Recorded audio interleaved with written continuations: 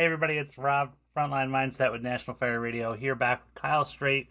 Kyle and I are having like talking back and forth about a couple different things, and Kyle brought up a really good issue the other day about pride in the organization and how we wear it and show it, and what that's kind of about. I mean, that's a good summary, right, Kyle, of kind of the conversation that we had. I'm gonna like just kind of pass it off to you here, because this was kind of your idea and your brainchild, and I really wanted to take the ball and run with it.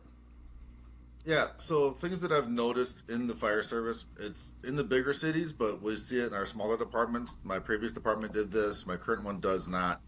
But I think a lot of the culture that we see tied up into the firehouses is really tied into the pride and ownership the guys take. And in this case, it's going to be your station T-shirts, your station patches, within inside your department, outside of the official department logo, right? So whether you have a nickname for your house or a nickname for your station, Syracuse, New York has the BMA bell. If you've never seen that video, look it up. But we had that little subculture, that little pride of your own department of whatever personality you take on tends to show in those t-shirts and patches and the stickers on the side of the rig. Yeah, and you were saying you were just down in Houston? So our mutual friend Mo Davis, I ran, Okay. see him, we run into each other a lot on the circuit in different conferences. And I love collecting T-shirts and patches from different places. So his driver, and I just forgot her name, but they just sent me a koozie, a patch, and a T-shirt I asked for from their station down in 68s. Mm-hmm. So uh, they had that. My old apartment we had up at Station 2, now Station 45. We had the trains in the back, running right by the station. So we had a train on the back for the express. Um, the Wales station, of course, had the Welsh dragon on it because that's what the city itself took on. So different department, different stations had their different little logos on it, and you can kind of see that show through a little bit in the culture and the pride of the guys at that house. Yeah, I think it's an important thing because it gives that ownership to it, and like like pride in service kind of like really comes out when you're doing that. What does pride in service mean to you? Pride, for me, it's taking pride in where you work and what you're doing. So if you really love your job, it really shows through, right? Especially if you're proud of where you're from, if you're working where you're from. I'm working in my hometown for the first time in my career. I'm working where I was born and raised, where I went to high school. Um, and so there's a little bit of a pride there. Yeah, I had pride wherever I worked because I enjoyed working with the crew and the guys that I was there with. But I had no true ties to the community, right? I didn't live there. I wasn't born and raised there, but my friends were there within that firehouse. So I was happy to work there and it was a full-time job. Why wouldn't I? Um, but like where I'm at now, yeah, that's where I went to high school. We were working a structure fire, and the city came in, and I'm looking at the pictures from our photographer, and I'm like, man, it's like a high school reunion in that front yard. Yeah, a lot of us are 5 years apart, but in that school, between the middle school and the high school, I'm like, oh yeah, we were all right there. So that's kind of a cool thing to be able to look at and see something I never had before.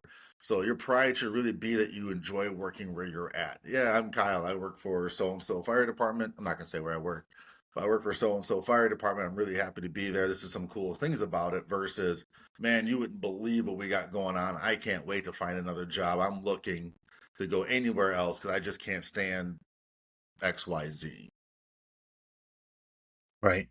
And I think it's important to always try to kind of find that silver lining too, and to have that positive attitude, and how much this ties into that, because it's sometimes it's easy. I mean, think about like what happens with I'm wearing my Mets hat today because I'm a dedicated Mets fan. I've been disappointed all my life, but like just that that logo, and like you see other people, I see other Mets fans, and I make the eye contact with them, and it's like, yeah, we're not going to make the postseason. Like we have that kind of acknowledgement between each other, right? But in all seriousness, it's positive bonding. Right.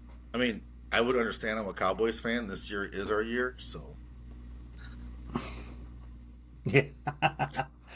How do you look at being a positive member of the organization? Like, what's some of the things? I mean, beyond the logo that we can do? Part of it is you have to figure out how. I struggle with this now because I'm kind of, in a way surrounded by it with a lot of things going on, and rightfully so. I'm not taking that away because being there for a few months now, I definitely understand. But you have to try to look past all the kitchen table whining and pissing and moaning. Um, there's a place for it, and yeah, you're going to buy into it because it's around you. And again, you're probably looking at it going, "Yeah, that sucks. Yeah, this should be different." But there's got to be a point where you got to go, "Man, I just don't care anymore." Like, admin's going to do what they're going to do, and you know this as admin. They're going to do what they're going to do. They're going to have their admin rights. At the end of the day, though, they don't affect my day to day operations a whole lot, right? I come in, I have my chores to do, I have my truck checks to do, um, and then it's really on me what I want to do. What's my crew going to do? Like, training by yourself gets very boring very fast. But eventually, guys will kind of come out and hang out with you, right? Even if you're just hanging out in the bay, just at the table, just kind of picking around on something, playing with something, they're gonna kind of come hang out. So if you're a little bit more positive, like talking about anything else, and I don't doesn't have to be fire service related. If you guys are all into hunting and fishing, talk about that, or golf. We have golfers as well. Just find something to kind of break the monotony of being angry all the time at the entire organization all day, every day, because that makes for a very long career. Yeah. And I just want to touch on the training part a little bit because there was a time in my career where I was training by myself, doing certain things. But like what I ended up doing was so it was something as simple as doing a gear donning and doffing drill because I knew that like one of my beliefs is that if I could get dressed quickly and I could get that mask on quickly, I was in the fire faster and I was serving the citizens better. So like trying to get those times down, was always important to me because I really built muscle repetition from doing it. So I asked, I didn't ask people to participate in it and say like, hey, let's do this with me, but I asked them to time me and Sure. watch me and be like, hey, can you help me out and like see where I'm making mistakes? And in that, simple act of just like involving them, um, they slowly got in with the program. Like, whether it was like now they're exposed to, they're seeing it and they're seeing where I'm making the mistakes, and they're like, hey, I never thought about doing it this way. So like in that subset of like training by yourself, there are opportunities, like you said, to help start to change the mindset really about what you're doing and getting people to come along, especially if you're like I would do it for 30 minutes, and then be like, all right, I'm done. Um, like yeah, like thanks for taking the 30 minutes out of the day to help me out with this. And it was like, wow, it only took 30 minutes to do that, and we got some good training in. So it's all about that positive mindset, right? Right. There's a fine line there of like I'm not trying to go out and spend 3 hours in the bay doing hose pulls or taking a super Right. long time. There's also a fine balance of I want to get better myself, but also not making the other guys not trying to show them up and make them feel crappy or make them feel like you're trying to outdo them every single day because that's going to alienate you as well. So if there is something you can do that takes just a few minutes, like you said, half an hour to better yourself, do whatever, and then just kind of hang out with your crew and kind of melting into them as well. It's different if you're a 10, 12-year guy doing that versus you're newer on the department, right? So I started with my organization in January of this year when I left my other organization. So there's that fine line of they know me, but they don't really know me. They know me better now. But if Yeah. I would have showed up month two and was just trying to outperform them, which you are to a degree as your probie, but there's that fine line of kind of meshing into with the organization and the crew. So that's something to be cognizant of as well. And they're going to know, like, those guys are really good at sniffing out your social media and finding what you're doing and who you are. And so they might ask you, "Hey, do you know?" I had a younger guy who now went to the city, and he's like, "Hey, do you want to do a couple mask up drills, and then we can work on a couple things?" 20 minutes, we were in, out, done. We both got better. We both got to work on a couple things that we wanted to, and then we were done. And I don't like 2 hour workouts. I don't like 2 hour drills. Like I just don't have the attention span for it. But 20 minutes, half an hour, absolutely. Yeah, man. Kyle, you said something just now about how you worked previously in another department and then you came to this department. Can you kind of speak on what that transition looks like? Because it's like you've already done probation once, but you didn't take the route of like, hey, I've already been here. Like you embraced that. Like, what does that look like? Because I think that's one thing. It's just it I want to kind of dive into it a little bit. Sure. So it kind of depends on the organization. Me personally, where I walked in, other than about three guys, I'm one of the oldest ones there. So that was hard to. Uh, I'm a very talkative person, a very outgoing person, and so for me, legitimately like bit my tongue and just didn't say anything. There was a lot of times where they'd say something, I was like, okay, not exactly. But if I just when I stopped and just kind of looked at it for a little bit longer than I normally would have, I could actually see the background on it and went, oh, actually that makes sense. It's like, oh, okay, cool. As opposed to be like, yeah, that's wrong. Uh, so you're going to bite your tongue and just kind of group and gather and see what's what and why. And then just kind of learn their way. Because there is that too, right? The fire service is very vastly different. So how I did it three counties over and how we do it here, there are different ways of doing things, and sometimes they're better. Uh, the setup of Yeah, things are different and we're better. So for me, I just had to keep my mouth shut, which is kind of hard. And then I just did the things that needed to be done. Like, hey, we come in, we do this from 7 to 7:30. We're chilling, having coffee, and just kind of doing our swap for the day. Okay. All right, now we're gonna go out and do our rig checks. Okay, so just learn. I learned the process of this is how we do things when we do them. Like, okay, all right, now day one we're at 4896. So day one, all right, we're gonna do the bathrooms. All right, we're doing all the bathrooms. Like, and then there was a point yeah. where I was constantly doing things. I was told to chill a little bit because I was outgoing past our process of our schedule for the day. So Right. when they say, And I was "Hey," just going to say, kind of getting those expectations out early on, yep, and I think that's probably where like having the experience is beneficial because like, hey, like what are the expectations of the shift? Like what's the schedule? What's the pulse of this thing? What's the cadence that we follow here? So and then like I said, you got that minor course adjustment. Like, hey, your beat's a little too fast here. Slow it down, yep, and that's because that's like I said. There's a lot of people who they follow a similar path and starting a new career somewhere else. Like it used to be that you were a 20-year guy where you started, and now the fire service is becoming more mobile in its workforce, and we're seeing more lateral movement back and forth. So it's kind of one of those things where I just was curious, other tips and tricks that you have for somebody who's going through that process because, yep. like I said, it's a big step.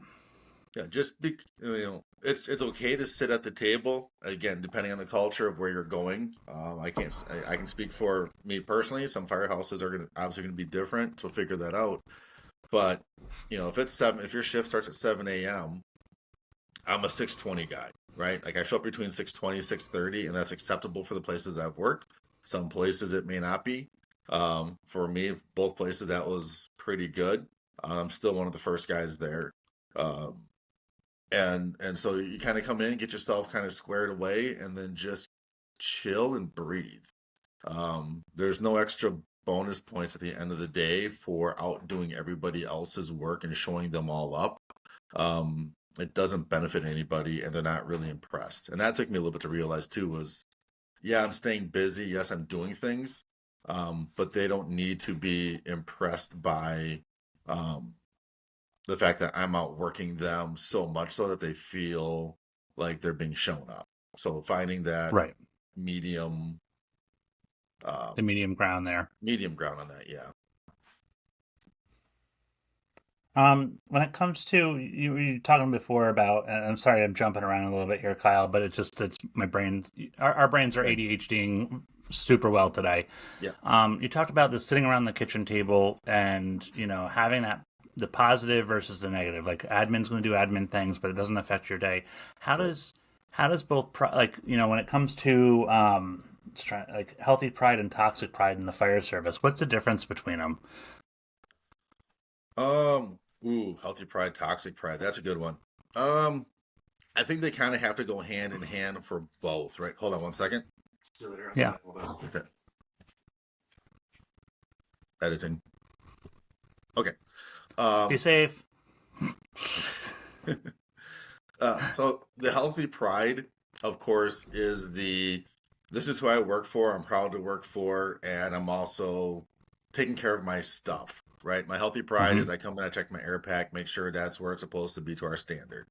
My gear is set up ready to go, and I'm proud of where I work, and I show up clean. I'm clean shaven, unlike today. My uniform doesn't look like a mess. Um, Even a little bit of yeah, we're better than those guys, right? Kind of that little like, yeah, we're better than you. You got to your fire better. Your toxic pride, I think, is going to be a little bit of I've been doing this for this job for so long, and this is me some days. I've been doing this for so long, you don't know anything. So you're just going to sit Hmm. there, shut up. I don't want to hear your experience. I don't want to hear what you have to say. And we do that, right? I'm doing this for be 18 years later this year. It's really easy for me to look at a 2-year guy who's, 20 and dismiss any kind of experience they may have. And I think that is where we need to get away from. We're finding out really quick that we're not just, I mean, for the most part, we are where we are currently, but we're not just getting 18-year-olds fresh out of high school who have no experience anymore. And even if they do, some of them are still coming from blue collar families. Right. Yeah. Definitely understanding who you have, and one of the other things I was thinking, who you have in front of you, as far as like what their skills and their life experience has been. Um, the other thing I was kind of thinking about too with toxic pride is like there's that, you know, like the I'll say like the group of people that likes to hate, Oh, and that's just like that's just maybe another example of like toxic pride, because sometimes it's easy, you can be positive, you can be negative, but getting on that negative bandwagon, some people are really excel at that, yep. and I don't think they understand the damage they do to an organization. When like we're not just talking common ball busting here, we're talking about like that negativity that can really destroy an organization, and that I've seen that in different places, and you can tell when you walk into a firehouse if the shift is like that, because Yeah. you can pick it up, like there's tension in the air. Well, I think too, when they walk in and they go, "Oh, how long are you here for?" It's like, "Well, I'm here till 7 a.m." No, like, well, where else are you applying? How long before you leave? It's Right, like, yeah. like this isn't just a stepping stone. Like, hey, where are you applying to next? Because nobody's staying here for 20 years anymore because it's not worth it. This department's not going to last anymore because admin doesn't know how to manage A, B, or C. Right. Yeah. These are all things that definitely definitely happens. When you've seen negativity creep into culture, what are some of the things that you've done to kind of counteract it, like to fight the machine, so to speak? Uh, Sometimes I buy into it pretty hard because I like to trash talk with the next guy because I'm a fireman and that's what we're really good at. Other times you just kind of take it. Like early on when I saw it a lot, I also realized um, kind of the fire cert. I'll put it this way: when I first walked into my current organization, I could pick out every single um, attitude or character from my old department in my new one. Right? Right. Oh, this is this person, this is that person. Like it's still all there. And so for me, it was like, all right, they're angry and mad about this. So it's kind of a nod, and you brush it off. You grow some thick skin, brush it off. All right, so they're pissed and moaning for half an hour. Cool. Now let's go to work. And sometimes you just have to brush it off, take a breath, and walk it off. Legitimately. Yeah. Um, And I found too sometimes just like with the real negatives, like having that conversation offline, like and be like, hey, can I talk to you for a second? Like, what's going on? This is this what we're doing? Like, you know, and I also always remember that like besides the bad attitude, like we still do have a pretty awesome job. Like we get to do some pretty cool things, and yeah, that and its baseline can help me just overcome the negativity, especially taking on a new role in the last year and a half. So it's yeah, negativity is negativity, man. And like I said, it's a lot easier to be positive sometimes and come up with those. Like, I think that's one of the things I said to somebody recently. I was like, all right, I hear these things are happening. What are some positive things that we can do to reverse this? Like, give me some of the answers, guys. Like, tell me what I'm missing here in order to fix this issue, this problem. And I know that's the only example of me as a boss, but like it's one of the things that I'm like, hey, like how do we get this around? Like I don't want this to be a thing. Like tell me what we're doing. Yeah, I think like for us, a big part, of course, is short staffing. Why are people leaving? Why aren't we getting people in? And that's something within the fire service as a whole, right? Everybody's feeling that across the country. And so for me, from the private world, working private EMS to the fire service, I've always worked short staff. Like I've never worked someplace where I'm getting 35, 45 firefighters in the first 5 minutes of a fire, right?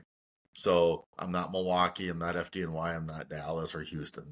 Uh, so I've just always worked in, this is the 7 people we have, this is the 11 people we have. Okay. Like I don't know any other way. So sitting around complaining about it constantly is like, this your first time? Like look around. Yeah. Like this is where I've been for 18 years. Like I don't know any other way. This is just standard. Mm-hmm. Yeah, and it reminds me of my early time in Fairview because the guys were always complaining about staffing, but yet like we knew staffing was not going to change. It developed what turned into like the first 5 minutes because I asked one day, I was like, hey, like what are the jobs of everybody here? Because we never, the department prior to that never put down like the priorities. We just kind of half-assed it through, and I'm talking like back in '07, like, Sure. and it was like, what, that's a good idea. Like, what do we do? Like, how do we put this fire out with the 4 people? Like, and my question was posed like, nobody else is coming. It's up to us. And shit, I just realized that's like like some kind of a saying. But like, anyway, it was like, how do we? And we started going through those functions, and I actually talked to a firefighter in Monticello, New York, because they ride out by themselves. Hmm. And I was like, how do you tackle these incidents? And he's like, I just start with what has to be done first, and that's the engine's got to get put in bump gear. The next thing is I got to pull a line to the door. The next thing is this. The next thing is this, and I just come up with a system. And like he's, and I think things are getting better staffing wise for them out there. But like, um, you know, he's like, I can complain about the staffing, but ultimately, I know that my volunteers are showing up at this point, so I have to do everything to make so when they get here, boom, they can hit the ground running. And it was just a very interesting mindset to be hearing from about how to handle this. And like we said, like if it's the same 11 guys that you're always dealing with, like how do we fight this fire? How do we handle this situation? Because you and I are never going to work in those departments, and sometimes it's a little frustrating when people harp on it. So, but Yep. it is finding that way. Yeah, we unfortunately in the last few years we've worked really well with our city counterparts. So we are going to their fires and they're coming to ours, but it wasn't always that way. So sometimes it's a reminder of, yeah, we don't have the paid on call and the volunteers anymore, but we work with our union brothers literally across the street really well. So things have improved. It just takes time. Where we're at right now isn't where we were 10 years ago, and I think we've gotten better. And where we'll be in 5 years, hopefully by next year we'll be better. We will see. People are trickling in. It's not what we want. It's not where we want to be, but at least we're getting something in. So sometimes you just have to look on the inside too of who recruits the best for the fire department is other firemen. Guys from within your department. So if you every time someone asks you what it's like working there and you harp on it, nobody wants to apply by you. If Yeah, I ask, hey, how do you like Fairview? Oh man, you wouldn't believe the garbage we put up with every single day, and that's all I hear from you for 2 hours. And every time I talk to you, I have no desire to put my application in. Versus a real talk of, yeah, you know what? Some things suck. Yeah, we're short staffed. You know how we get away from short staff? Come apply for us, and it'll get better. right, right. Let's go have some fun. On that, what advice would you give to firefighters who are frustrated with leadership or policy but still want to maintain professionalism, especially in the public eye? Because sometimes, like, we're talking about negativity and positivity, like these things they can and do affect our day to day. So, like, when we're in that slouch, like in that slump, so to speak, from this, what can we do to kind of come up out of that hole that we're in? Some days I just force a smile. Like it's fine. Everything's on fire, but it's fine. Um, Embrace the suck, man. Like that's embrace the great. suck. Um, well, I'm really good at faking it with the public. I don't know why. Just like, how's it going? Great. Yep. Hey, I heard this. Yeah, well, that's a thing, and you just kind of have to go with it. Um, Sometimes it depends on the public. Get a read on them. Like, are they genuinely wanting to figure out how to make things better, or are they just asking how your day's going? And I think 99% of them are just curious how your day is going, and most of them are happy to see you out and about. Not all, but some are. So you just kind of, yeah, man, it's going great. Good to see you. You just, especially in the grocery store. Yeah, hey, how's it going? Just grabbing some food. Off we go. One of our Hmm. communities that we serve, to the south of our border, um, a lot of politics involved, and they want their fire department back. We want them to have it back, but we are stuck in a situation that we're stuck in. It is what it is, right? Me whining about it every single day, it's just whatever. It's easy. I come in, I check my ambulance, the engine's out of service, so they're getting an ambulance. Sometimes the engine's in service, not a lot. They're mad about it. Rightfully so, right? The tax dollars are going for a fire department that essentially doesn't exist. So out in public, they are rightfully mad about things, but you can't win. Some days we read the comments on their groups on Facebook, and you can't win. If you're out with the engine doing something, they have a bunch of comments. If they just see the ambulance out and about doing something, they have comments. And you just read the comments and you just go, yeah, you know what? At least I'm here. At least somebody showed up. Yeah. you know. And they'll see us in public, and I'll go, hey, look, we didn't ask for it, so leave us alone. Like, we're here for you the best that we can be. Be mad at admin, sure. Be mad at your city councilman, great. Right. The politics that are in it, but like Yeah, we're here doing the best that we can in a yeah, situation that we didn't ask for, really, is what it comes down to. right. And so sometimes it's just, you see the public and they're like, "No, what do you think about this or that? You know what? Take it up with the politicians and the chiefs. This is where I was assigned to be. This is where I was told to be, and I'm here. I will do whatever I can for you. And you know what? Most of them are happy when we show up when they call us. And a lot of it's pretty legit stuff, not always, because it's EMS, but for the most part, we get some. We do get some really legitimate sick stuff. There's some times that we're waiting on an engine or a truck from either our own headquarters or from the city, and there's just times you're in your gear outside waiting, and you're just like, this is where I end up on Hifty. Like, you just know it's going to happen one of these days. Just waiting for it, honestly. But Right. do the best that you can. Show up and be like, look, man, I'm here. Does it suck? Yeah, but I'm here to serve you. So I don't know what else you want from me, but I'm one person just trying to help. My partner and I are here. Uh, Yeah. and you just kind of have to remind them too, like, hey, I'm gonna clean something a little extra. I'm gonna do one little thing to make things a little bit better. Uh, you know, so I think Well, that's really it. What's one thing I can do to make the day not suck?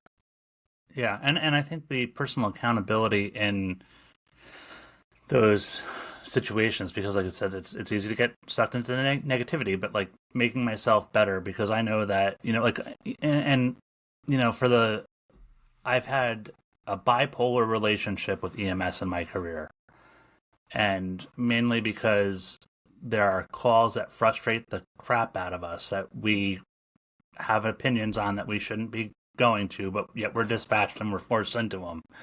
But there are times where we make such a huge difference. And I mean, listen, we've been to the fires, we've had the grabs, and those are like once in a lifetime things for some of us because of our volume. But the remembering the positivity that I bring on an EMS call for somebody who is in their mind having the worst day or they're completely frustrated. Like I remember doing and it always happened in a storm, right? It was always a snowstorm where somebody calls because they're sick. They've had the flu for like 3 or 4 days, and now But like, it wasn't until I had the empathy to realize that, like, hey, I had that moment where I had a bad flu and I finally gave up. Like, I went to my wife and said, bring me to the emergency room. Something's wrong. I can't do it anymore because I was vomiting so much. Like, that gratitude that we can have towards the patient, the empathy that we can give to them, even though that call is very minor, we're helping them out. And it's just like, I can't overstress the impact that we make on a day to day, and we don't even realize it. And it's something that's just kind of keep in the back of our head, especially on EMS calls, because EMS calls, while they aggravate the majority of us, like, we are really doing good work out there. Even on the calls that we're not we're not thrilled about, we're putting our best foot forward. We're doing good things. Yeah, I will say that about especially the guys I work with too. Like, like, oh, going to that address again, right? We have a couple addresses that hold multiple people, and so it's not just the same person, but it's just that group, that whatever. You hear that address, you're like, oh, here we go. It's going to be something either really dumb, or it's going to be they sat on this for way too long, and now we're behind the eight ball. But when it comes time to step up and be aggressive, both in medicine and in fires, these guys are awesome to work beside, and I'm really happy to work with them, uh, despite the circumstances that we are in. And I have to say that's the one thing about the culture I do like is, um, there's a lot of things that could be better, but when it comes time to showing up and doing what needs to be done and doing it quickly and up to standards, they really do get it done. And that was one of the things that really drew me to the organization, was like aggressive medicine, advanced medicine, aggressive fire tactics. Yeah, there's some things I like to see done differently, but they've been doing it this way for literally 90 years. It works really well, and the fires go out, not just because fires go up, but because they put them out, or we put them out Right. now. And so it's like, yeah, I'd like to see a couple little small things done differently. But at the end of the day, I could go to a different department in Wisconsin. I could go to Milwaukee. I'm just gonna use Milwaukee. It's our biggest department. It goes to a lot of fires. And I guarantee you, I could go there and say, man, I would like to see it done differently. I'm not going to be the guy that goes to the city of Milwaukee and tell them to fight fires differently, right? Hmm. Yeah. If you could write a one sentence reminder for every firefighter about representing their department and that positivity, what would you say?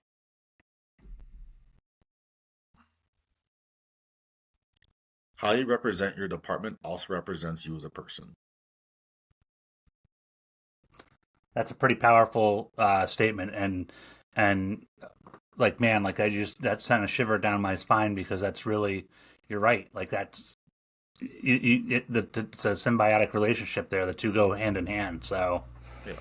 um, how can pride in the organization be contagious to the community and the next generation of firefighters? I think it goes back to those little things, right? I don't know if here I talk about the guy, the BMA belt in Syracuse, New York, from years ago. I don't know if you've seen that video floated around quite a bit with the old guy. I mean, when he's talking about going out the fires out the door in 20 seconds, there were three-quarter boots, three-quarter coats hanging on the side of the rig.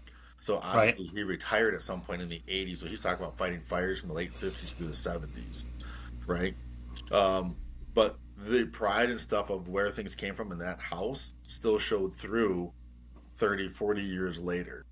So I think it's just finding those things within your community to be prideful of, and let the fire department represent the community. Um, so if you have a mascot for the high school, put that on the side of the ring.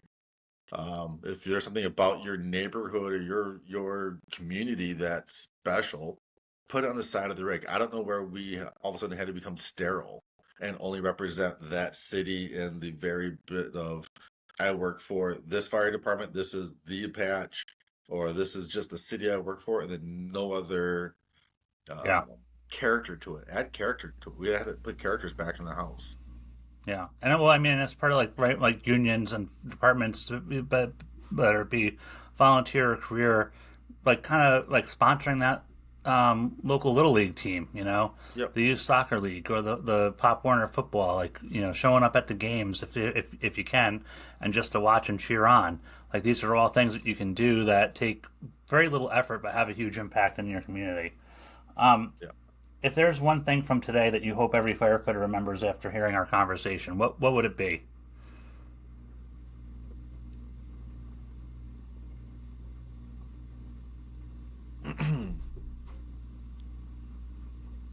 suck it up. It's not a you signed up for this, but suck it up, do your job, and be happy that you have the best job in the world because you worked really hard to get here. Right. All right. Is there anything, Kyle, that we've missed out on, or that you want to hit on that we've kind of just that we didn't get the chance to talk about? Um, I think part of it. I think this is one that a conversation I had with a friend of mine. We were talking about some stuff going on between their department and mine, and another one is that we have to quit discounting other people's experiences just because they're new to the fire service or they're younger in stature. Um, you know, I'm 40. We have people coming in the fire service into their 30s that had prior service of a job somewhere else. And when we discount them because they had different experiences or they weren't in the fire service per se, doing something else, that we discount what they bring to the table. And so there's calls that happen that their experience would have been extremely useful, but we never took the time to figure out what those were beforehand because they're just another dumb rookie. And Mm. it's easier to do it when someone's 20, 21, 22 versus somebody in their 30s or 40s. Um, but it still happens a lot. I've been horribly guilty of it, um, myself personally, even. But we need to really start looking in and getting to know our people coming in that door. It's almost like when the people get assigned to us, we need to be conducting our own interview to really understand who they are. Because I know, and as you're talking about this, I'm thinking back to a hazmat incident I ran where the well mutual friend of ours, Jason. Jason is a hazmat guy. Like it's his jam, Mhm. and another leader of the department gave him a don't say anything, keep your mouth shut. You're a probie. Anything you know beforehand. And afterwards, he was like, "Yeah, like I knew this, but I didn't want to say anything." And I was like, "Whoa, whoa, time out! Like with me as your boss, this is something that I am not strong in. Like anytime there's something that we're walking into that you have an expertise in, like I want you to pull me to the side and be like, hey, Lieutenant, if you haven't been thinking about this, just keep this in mind, because." And like I had to give him permission to do that, and I ended up going, and I've I consistently have tried to do that with everybody on my shift when I was on the line, because I wanted to make sure that I was tapping into those talents, tapping into the. And I remember looking at an electrical panel one night and being confused as like what the issue was, and the guy's like, "Oh, we'll just pull this out," and I'm like, "What?" And he explained it to me, and then like he ended up pulling a breaker out, and that because that was the right thing to do. Mhm. But I didn't have that skill set, and I was just so happy that he felt comfortable enough with me to be able to be like, "Yeah, this is what we do, Lieutenant." So, Yeah, I grew up. So my previous life, I worked in utilities. My dad worked for the utility company for 37 years, welding on high pressure gas mains, and before that, underground electrical. And I remember a lot of times growing up, he'd have a side job of plumbing in gas lines in someone's garage or house or running electrical. When I was 11 or 12, we're working on a panel, and I was like, "Hey, can we shut the panel off so I can do whatever?" And he looks at me and he goes, "It's 220." He's like, you want to go be a lineman and work on thousands of volts, and you're worried about 220? You know what not to touch, just don't touch it. And so I'm working inside of a live panel at 11, 12 years old. That's just how I grew up. Was this is what I taught you. This is what you know. So nowadays we go out for gas hits or electrical lines down. I'm more comfortable than most because I know what I'm looking for and I understand how close right, I can get before it's an issue. Other guys not so much. What are you doing? Like, just looking. Just I know what I'm looking at on the poles. Don't touch that. It's probably hot, but at least I can kind of look at it and go, oh, yeah, we're going to be here for a bit, or now we'll be out of here in 10 minutes. So, yeah, Kyle, where can people find you at? uh, I'm on Facebook. That's probably your best way. All My right, I also have my email. That's my last name straight, 685 at gmail.com. Both of those ways work out. I get a lot of friend requests, and I kind of filter through them. So if there's something you want, shoot me a message. If you hated this episode, shoot me a message. Uh, if I pissed you off, scroll on to the next episode. There'd be something else that pissed you off differently. So, Well, Kyle, I appreciate you coming on to talk to me about it. I'm happy we had this conversation, man. Like I said, it was I wasn't sure where it was going to go, and it's like I think this is one of the things always doing this is I'm just always surprised where like 40 minutes went, and in the time frame that went. We had a couple issues in the beginning of some technology stuff, but we overcame it. And like I said, I'm just happy that you were here today and that we hit on these. So thank you for coming in today. Just hang on for a second while I do the outro. But this is Rob from Frontline Mindset with National Fair Radio with Kyle Strait coming at us again with some wisdom here. And we will see you guys in the next one. Thank you. Be safe out there.